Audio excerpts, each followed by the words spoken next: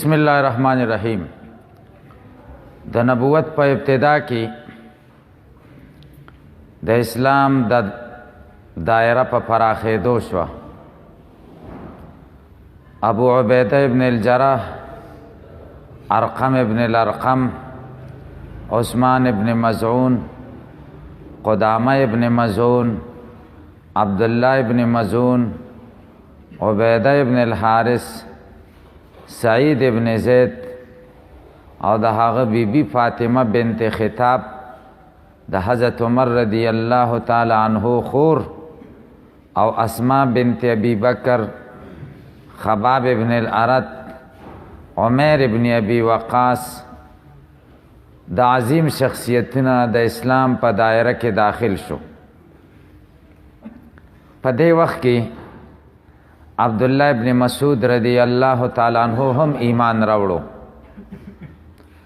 عبدالله ابن مسعود رضی الله تعالی عنہ فرمای ما د عقبه ابن ابي معيط ګډه سره ولي یو ځلی نبی کریم صلی الله علیه وسلم تیرېدا، ابو بکر صدیق ورسره ما ته ویلې تا سره پیسته چې موږ له پی راکړي. ما ورته وویل چې زه امین یم، یعنې دا ګډې پردی دي، د دې نه تا ته پی نشم درکولی. وی رسول الله صلی الله علیه وسلم وفرمایل داسې یوه چیلی ما ته رامخې لکه چې هغه پی نه ورکوي، وچی یوه وچه چیلی ما ورنږدې کړه.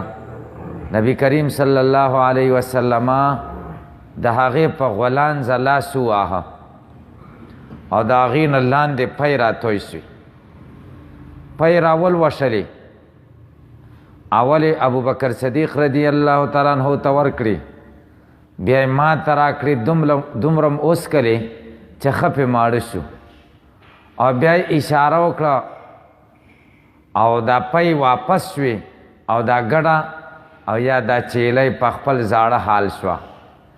ما چې کله د رسول الله صلی الله علیه وسلم دا معجزه ولیده نو زما سینه د ایمان راوړلو دپاره کلو شوه. ما ایمان راوړو. بیا مې نبی کریم صلی الله علیه وسلم ته وفرمایل علمنی یا رسول الله، ای د خدای پیغمبره ما ته د دین تعلیم راکه. نبی کریم صلی الله علیه وسلم زما په سر لاس راخ کا او راته وفرمایل بارک الله فیک فانک غلام معلم، الله دې تا کې برکت واچوي، ته هوښیار پوهه د الله د طرفه تعلیم درکړل شوی هلکې. نو د دې نه وروسته نورو عظیمو شخصیتونو ایمان راوړو. حضرت طلحه رضی الله تعالی عنہ هم ایمان راوړو. حضرت طلحه رضی الله تعالی عنہ فرمایي زه د تجارت په غرض بصرا ته تللی وم. یو ځلې د بصرا بازار کې ګرځېدم، یو راهب و د نصاراو د عیسائی مذهب عبادت گزاره شخصیت، هغه په خپله عبادت خانه کې ناست و، اوازونه کول چې دې بازار کې خو د مکې د حرم څوک نشته. وایي زه ورغلم، ما ورته چې زه د حرم مکې اوسېدونکی یم. راهب راته وویلې چې د احمد صلی الله علیه وسلم ظهور شوی. وایي ما ورته وویل چې څوک؟ وایي هغه راته وفرمایل د عبدالله ابن عبدالمطلب زوی یادوم. دا میاشت د هغه د ظهور میاشت ده، د مکې په حرم کې به ښکاره کیږي، ظهور به کوي او بیا به شګلنې او د کجورو د باغونو والا ځمکې ته یعنې مدینې منورې ته هجرت کوي. وهو آخر الانبیاء، او دی په پیغمبرانو کې وروستی پیغمبر دی. او بیا یې راته ویلې چې زر زه ګوره چې دا په د چا نه وروسته پاتې نشي په ایمان راوړلو کې. وای د دې راهب خبرو زما په زړه ډېر اثر وکړو. زر را واپس شم چې مکې مکرمې ته رالم، تپوس مې وکړو چې څه نوې واقعه خو نه ده شوې. خلکو راته وویلې چې محمد ابن عبدالله د نبوت دعوه کړې ده د پیغمبرۍ. ما ویلې ملګری ورسره څوک دی؟ خلکو راته ویلې چې ابوبکر ابن ابي قحافه یې ملګری دی. وایي زه فورا ابوبکر صدیق رضی الله تعالی عنه ته لاړم، هغه ته مې قصه بیان کړه. هغه نبی کریم صلی الله علیه وسلم ته بوتلم او د نبی کریم صلی الله علیه وسلم په لاس مې ایمان راوړو او هغه ته مې دا د راهب واقعه بیان کړه. سعد ابن ابي وقاص، خالد ابن سعید ابن العاص او عثمان ابن عفان رضی الله تعالی عنہ او د بزرګو شخصیتونو په دې وخت کې ایمان راوړو. عمار ابن یاسر رضی الله تعالی عنہ، صہیب رومی، عمرو ابن عباسہ، ابو ذر رضی الله تعالی عنہ، دا ټول شخصیتونه په دې ابتدایي وخت کې مسلمانان شو. د مسلمانانو یو ورکوټه جماعت تیار شو. د خلکو نه به د اسلام مراسم عبادتونه پټ کول ښکاره نه شو کولی، قرآن به پټ لوسته.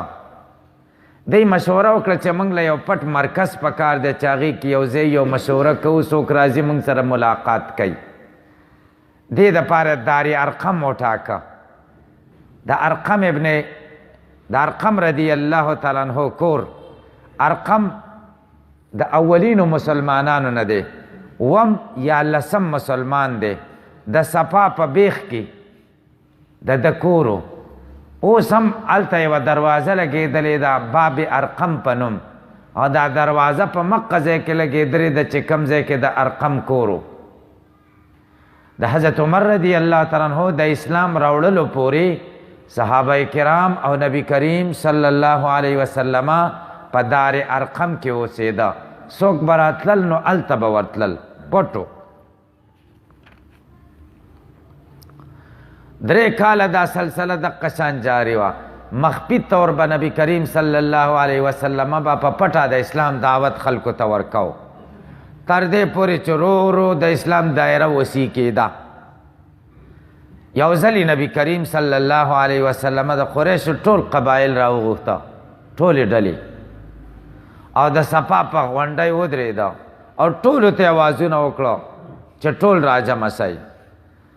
علی الاعلان ټولو ته دعوت ورکړه او دا یې ورته ویلې د قریشو خاندانونو که تاسو ته زه ووایم چې د دې غر نه اخوا دشمن را روان دی او ځانونه بچ کئ، تیاری وکئ، تاسو به زما خبره ومنئ؟ هغوی ورته ویل ضرور به مونږ ستا خبره منو، ځکه ته صادق او امینې، تا نه دروغ مونږ نه دي اورېدلي، همیشه تا د رښتیاو مثال قایم کړی. رسول الله صلی الله علیه وسلم ورته وایي ښه زه تاسو ته ویم چې الله یو دی او د الله نه بغیر بل معبود نشته، او د عذاب نه تاسو ویرومه چې د قیامت کې به تاسو ته سخت عذاب درکول کیږي که د الله د توحید قایله نشئ. نو په دې ټول جماعت کې ابولهب د ده تره هغه راپاڅېده او ورته ویې ویلې تبا لکه لهذا جماعتنا اليوم، خدای دې تا هلاک کي، ټوله ورځ د دې خبرې دپاره راجمع کړي، دا څه خبره ده؟ الله تعالی دا آیت دا صورت نازل که تبت یدا ابي لهب وتب. دا صورت نازل شو چې الله دې ابولهب تباه کي، الله دې ابولهب دې برباد شي. ابولهب سره د دې نه چې د نبی کریم صلی الله علیه وسلم په رشته کې تره، لیکن څومره تصدیق او د ځان قربانی، صداقت او محبت کې چې ابوبکر صدیق د ټولو نه اولو، دقه شان په تکذیب، ضرر، استهزاء، بغض او عداوت کې ابولهب د ټولو نه اول و. د ابولهب دو زامنو، عتبه او عتیبه ته د نبی کریم صلی الله علیه وسلم دو لوریانې منصوبې وې د هغوی په نکاح کې وې، حضرت رقیه رضی الله تعالی عنها او ام کلثوم رضی الله تعالی عنها. ابولهب نبی کریم صلی الله علیه وسلم زړه ته تکلیف او ضرر رساو او دا بچی مجبور کړل چې د نبی کریم صلی الله علیه وسلم د لوریانې طلاق کړي. د نبی کریم صلی الله علیه وسلم د لوریانې طلاق کړي. نبی کریم صلی الله علیه وسلم ډېر خفه شو، خو دې کې د الله تعالی یو عظیم رحمت و. بیا د دې نه وروسته حضرت عثمان رضی الله تعالی عنہ د نبی کریم صلی الله علیه وسلم د دې لوریانو سره د یوې سره نکاح وکړه، هغه چې وفات شو بیا یې د بلې سره وکړه. او د تمامو انبیاء کرامو چې څومره صحابه کرام دي، په ټولو پیغمبرانو په ټولو صحابه کرامو کې بل صحابي ته دا اعزاز نه دی حاصل کوم اعزاز چې حضرت عثمان رضی الله تعالی عنہ ته حاصل شوی، چې د خپل نبی صلی الله علیه وسلم دوه لوریانې د په نکاح کې راغلي. دته ذی النورین ځکه وایي. دا سلسله جاری وم د قسان د دعوت سلسله به چلیدله. نبی کریم صلی الله علیه وسلم با د توحید دعوت هم خلکو ته ورکاو او د بوتانو نه به بیزاریم خلکو ته بیانوله چې دا بوتان او ستاسو باطل معبودان څه نشي کولی. نو د قریشو غیظ او غضب او غوسه به ورځ تر بلې زیاتېده. هغه یې دا نه برداشت کوله چې موږ د پلار نیکه دین پرېږدو او دا یتیم بچی نوجوان دی را پاسېږي او زمونږ د سپینګیرو د مشرانو تذلیل دی کوي او د هغوی دین ته دی او د پلار نیکه دین ته دی بد رد وایي. نو هغوی د مقابلې میدان ګرم کا او بعضې شخصیتونه په دې مقابله کې د ټولو نه مخکې و. د نبی کریم صلی الله علیه وسلم تره ابو طالب اگرچې د رسول الله صلی الله علیه وسلم په دین نه و، خو د نبی کریم صلی الله علیه وسلم شاته مضبوط ولاړو. د نبی کریم صلی الله علیه وسلم د ضرر مخې نیولې وه. د ابو طالب د وجې نه رسول الله صلی الله علیه وسلم ته چا هم ضرر نشو رسولی. بیا قریشو د ابو طالب سره څه وکړه، څه مکالمه وشوه او د اسلام دایره